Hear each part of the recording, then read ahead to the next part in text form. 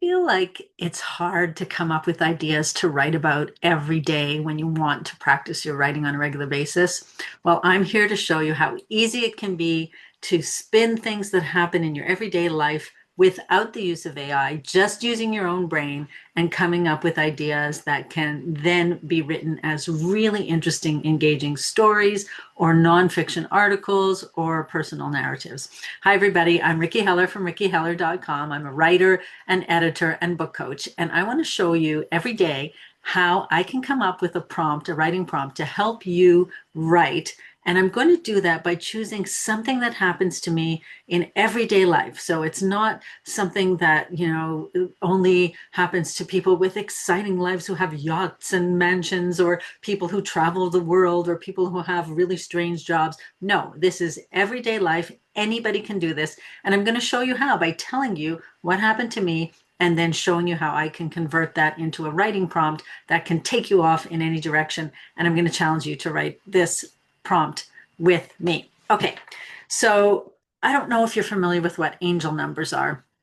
I'm kind of a geek that way. I like to use what are called oracle cards or angel cards, and they give you messages each day about what may or may not happen. It's very woo, but angel numbers are repeated numbers like 333, 555, even 11, 11, 22, 22.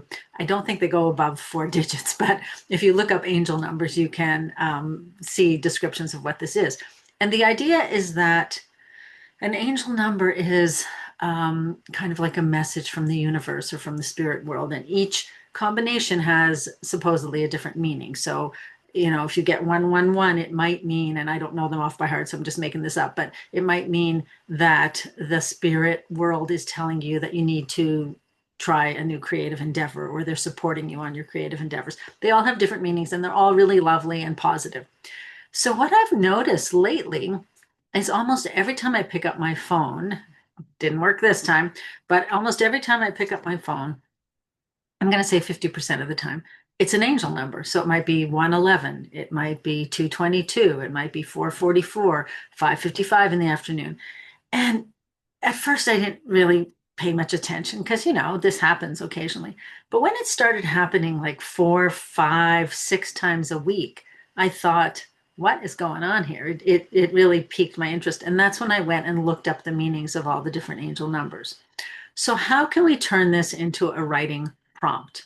Well, it made me think you can use actual angel numbers if you want and say, what happens when somebody keeps receiving these messages from the spirit world, but they ignore them because I haven't done anything about it? I probably should.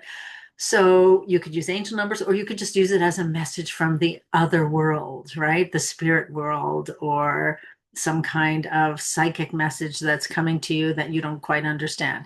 So, how can we take that? I could see definitely that there's something there for the world of fiction. You could write a short story about it.